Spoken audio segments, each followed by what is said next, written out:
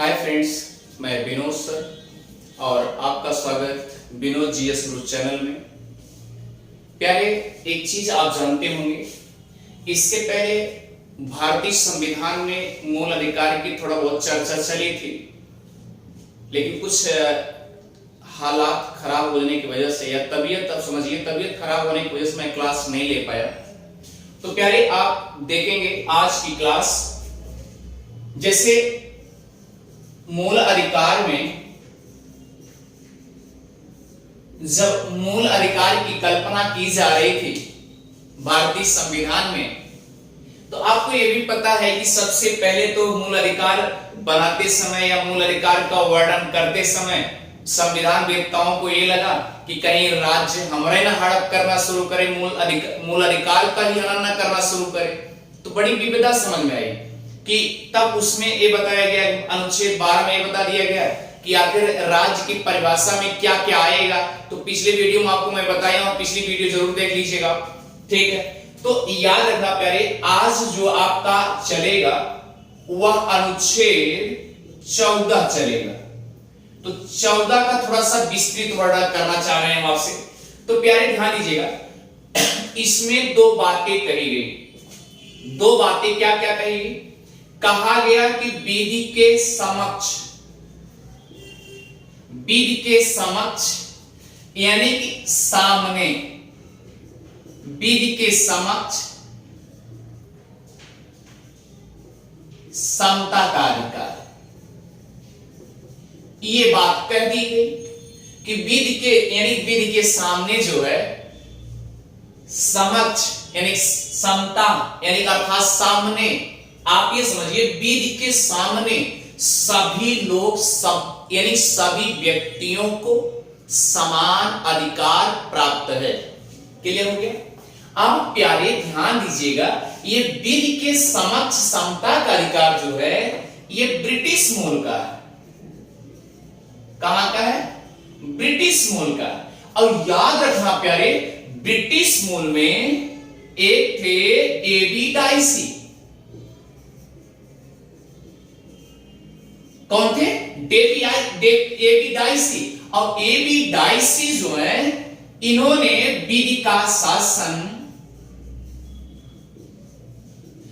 अर्थात विधि के शासन में इन्होंने विधि के सामने समता का अधिकार को वर्णन बहुत गजब के किए हैं।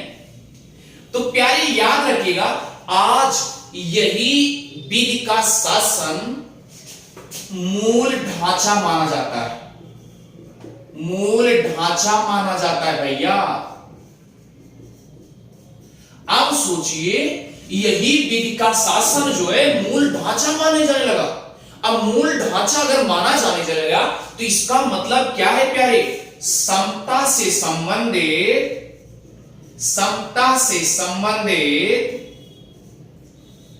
ये मूल तत्व का काम करने लगा।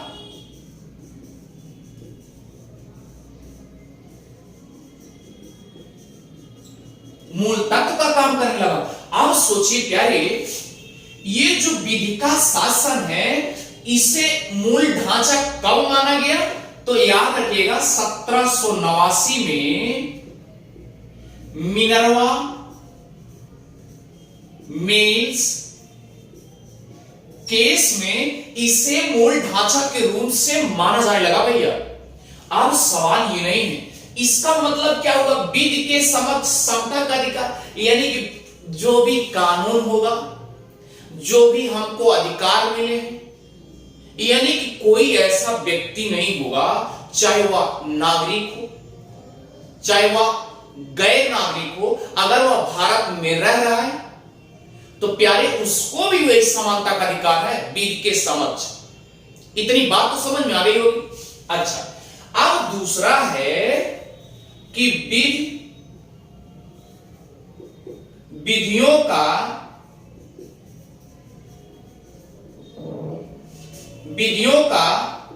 समान संरक्षण, यानी कि जो भी विधियां अप्लाई की जाएंगी, जो भी कानून बनाए जाएंगे, वह क्या करेगा? वह संरक्षण यानी सबकी रक्षा, यानी विधियों के समक्ष समता का अधिकार, यानी विधि कहती है कि हमारे सामने सब एकदम समान है भैया, ये पहला कंडीशन हो गया। और दूसरी बात ये है कि विधियों के जो समझ है उसे जितने व्यक्ति हैं, जितने पर्सन हैं, ऐसा नहीं है कि किसी को लिंग भेदभाव से देखा जाए कि भैया ये कमजोर है, ये का कंफ्यूज है और लूला लंगड़ा है, ऐसा कुछ नहीं। यानी वही अधिकार जो विकलांग नहीं है, यानी कि कहने का मतलब एक व्यक्ति अंधा नहीं है, उसको भी वही अधिकार मिले, संरक्षण होगा, उसको अधिकार के अकॉर्डिंग रक्षा की जाएगी। और जो व्यक्ति अंधा है उसको भी वही उसके विधियों की रक्षा की जाएगी, विधि के तहत रक्षा की जाएगी। इतनी बात तो समझ में आ गई। और ये दोनों बातें याद रखना, ये बात कही गई है कि राज्य जो है, राज्य किसी व्यक्ति को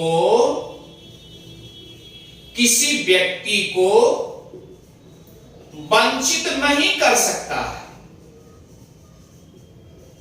क्योंकि आपको पता है सबसे पहले तो राज्य की परिभाषा दी गई थी ना, तो ये मतलब राज्य ये सब नहीं कर सकता है कि कोई निम्न कोटि का व्यक्ति है, कोई उच्च वर्ग का व्यक्ति है, ऐसा कुछ नहीं हो सकता प्यारे। तो ध्यान दीजिए। अब दूसरी बात यह है, अगर ये देखा जाए विधियों का समान संरक्षण प्राप्त हुआ है सभी व्यक्तियों को, तो याद रखना ये अमेरिकी से लिया गया है, अमेरिका के संविधान से लिया गया है। क्लियर? जिससे याद रखना, मैंने आपको पहले पिछले वीडियो में बताया था कि बिल ऑफ राइट्स से यह किया गया कि विधियों का समान संरक्षण, जो भी विधियां अप्लाई की जाएंगी, जो भी कानून बनाया जाएगा, सबके लिए वह एक समान रक्षा का काम करेगा, रक्षा कवच का काम करेगा प्यारे। इतनी बात तो पकड़ में आ गई। चाहे वह नागरिक हो, चाहे अपने देश का हो, चाहे दूसरे देश का हो, अगर वह अपने यहां रह रहा है, उसके ऊपर भी वही अप्लाई होगी, उसको भी उसी तरीके समान रक्षा की जाएगी। इतनी बात तो अच्छे से पकड़ में आ गई। तो ये कहा गया क्योंकि मूल अधिकार में ये बताया गया था कि भैया 12 सबसे ज्यादा हमको डर अगर है तो राज्य ही कहीं ऐसा ना हो कि मूल अधिकार का हनन करने लगे। तो इसीलिए राज्य में देखिए कहा गया कि ये जो दोनों विधियां हैं, राज्य किसी को व्यक्ति को वंचित नहीं कर सकता, रोक नहीं सकता। और ये बात आपको बताई गई राज्य की परिभाषा में क्या क्या राज्य में आता है, यहां तक किसी कोई आपत्ति नहीं। अब व्यक्ति मतलब यह भी हो सकता है कि अगर वह कंपनी है, वह संस्था है, कंपनी है, एक कंपनी से दूसरे कंपनी से कोई विवाद, एक कंपनी को उच्च वर्ग दिया जाए और दूसरे कंपनी को निम्न वर्ग दिया जाए, ऐसा कुछ नहीं। एक कंपनी को हम संरक्षण के रूप में अच्छा प्रदान करें और एक कंपनी को हम उसे नीचे तलब कर दें, ऐसा कुछ नहीं हो सकता। दोनों कंपनियों को समान संरक्षण प्राप्त होगा, कानून प्राप्त होगा, विधियां प्राप्त होंगी। इतनी बात तो समझ में आ गई होगी। अच्छा ठीक है प्यारे, अब सवाल ये नहीं है, सवाल ये है सुप्रीम कोर्ट ने संसद से कहा, ध्यान दीजिएगा, सुप्रीम कोर्ट ने किससे कहा? संसद से कहा कि एक चीज ध्यान दीजिएगा कि अब इन्होंने क्या कहा कि परिस्थिति के अकॉर्डिंग, परिस्थिति के अनुसार, ध्यान दीजिएगा, परिस्थिति के अनुसार अगर परिस्थितियां समान हैं, ध्यान दीजिएगा प्यारे, परिस्थितियां समान हैं तो उनके ऊपर जो विधि लगाई गई, जो विधियां लगाई गई, तो वह परिस्थितियां, वह विधियां भी समान होंगी। यानी समान परिस्थिति में, समान परिस्थिति में समान विधियां प्राप्त हैं। यह आपके भारतीय संविधान के मूल अधिकार में लिखा गया, वर्णन किया गया। अच्छा प्यारे, एक चीज सोचो, अगर समान परिस्थिति में समान विधियां प्राप्त हैं तो इसका मतलब ये भी है कि अगर असमान परिस्थितियां होंगी तो असमान विधियां होंगी। ये बात तो समझ रही, किया जा सकता है। तो अगर असमान परिस्थितियां हैं तो असमान विधियां भी की जा सकती है, जा सकती है। सही है ना। अब सोचो प्यारे, एक ऐस फॉर एग्जाम्पल के तौर पे हम आपको समझाना चाह रहे हैं। सपोज दैट एक व्यक्ति, ध्यान दीजिएगा, एक व्यक्ति उसकी इनकम जो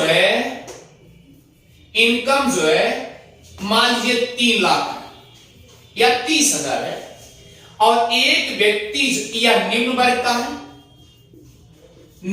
है, एज फॉर एग्जाम्पल, यानी उदाहरण के तौर पे एक व्यक्ति है जो उसका वेतन जो है 30,000 है, और एक व्यक्ति है उसका वेतन जो है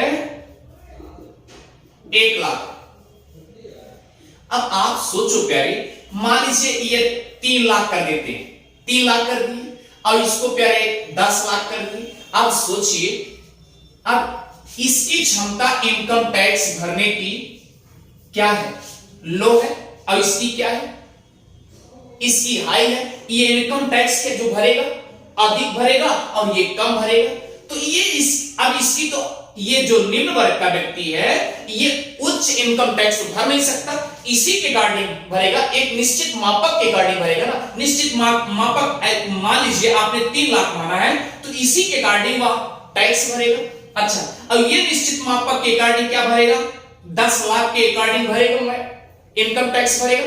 तो प्यारे इसकी निश्चित मात्रा ये है, इसके अकॉर्डिंग ये भरेगा और इसके अकॉर्डिंग ये भरेगा। तो ये क्या है, परिस्थिति के अकॉर्डिंग है कि नहीं है परिस्थितियां। अब ध्यान देने योग्य बात है कि जो परिस्थितियां होंगी वह बोधगम्य होंगी, बोधगम्य होंगी। अब भैया अगर बोधगम्य होंगी तो इसका मतलब जागरूक, यानी जानने वाली बात है कि भाई समान परिस्थिति में समान विधियां प्राप्त हैं। ठीक है। अब दूसरी विधि, ये ध्यान दीजिएगा, अब सवाल ये असमान वाली बात है। जैसे असमान वाली हमने एग्जांपल आपको समझा दिया। अब दूसरी बात ये है, दूसरा एग्जांपल के तौर पे आप ये समझिएगा कि प्यारे ध्यान दीजिएगा, जैसे एक व्यक्ति है, ठीक है, मान लो विकलांग है, या अंधा है। प्यारे आप ये सोचो कि सपोज दैट मान लिया गया वो बेचारा अगर विकलांग है, पैरों से नहीं चल सकता, तो आप इतना तो समझ सकते हैं, ये जानने वाली है बात है कि उसको कैसी विधियां सबके समान दिया जाएगा, उसको बेसिकली और प्रोटेक्शन देना चाहिए। क्लियर है। तो यही है संरक्षण, यानी असमान परिस्थितियों में। तो प्यारे आप उससे क्या करोगे, लिफ्ट सेवा दोगे, लिफ्ट की सेवा दोगे। क्लियर हो, जिससे ऊपर चढ़ जाए, छत के ऊपर या कहीं सेकंड फ्लोर, थर्ड फ्लोर आराम से चढ़ जाए, लिफ्ट सेवा। लेकिन और देखिए, जो नॉर्मल व्यक्ति है, विकलांग नहीं है, वो तो सीढ़ी से भी जा सकता है ना। तो इसका मतलब कि यह क्या है, ये असमान परिस्थितियों में अगर है तो असमान विधियां भी की जा सकती हैं। ये आपको अच्छे समझ में आ गया होगा। अब दूसरा सवाल ये है कि अगर ये, ध्यान दीजिएगा पहले, अब ये अनुच्छेद जो 14 है समता का अधिकार, अनुच्छेद 14 है समता का अधिकार प्यारे, इसमें एक अपवाद के रूप में, अपवाद क्या है, अपवाद ये है, अपवाद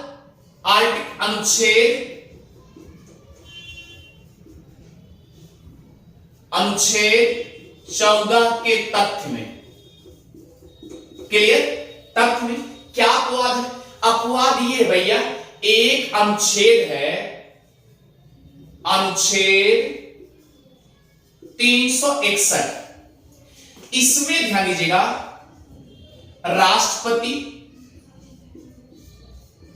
राष्ट्रपति एवं राज्यपाल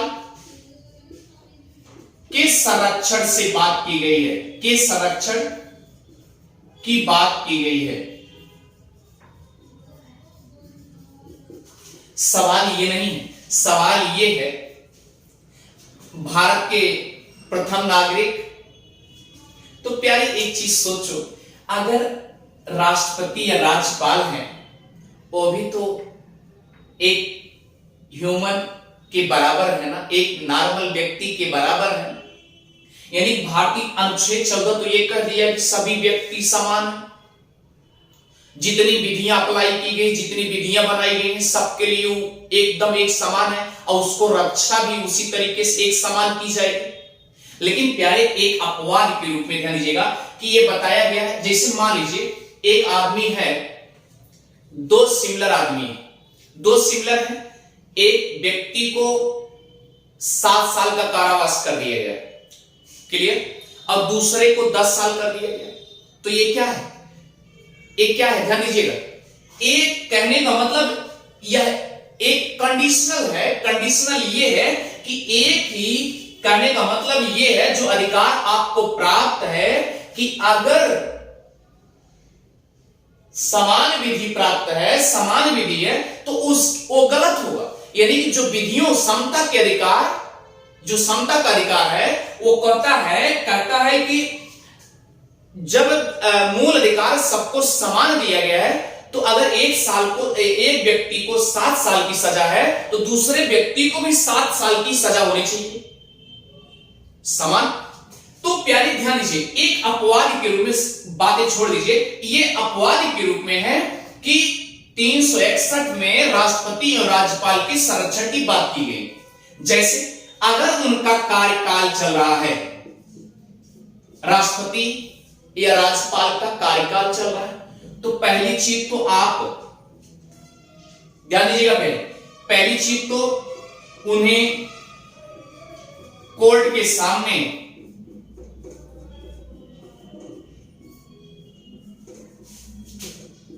पेश नहीं किया जाएगा,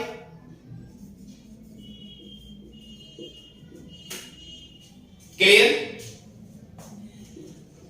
दूसरी चीज, उन्हें कारावास में, यानी उनके कार्यकाल के दौरान कारावास में भी नहीं जा सकते,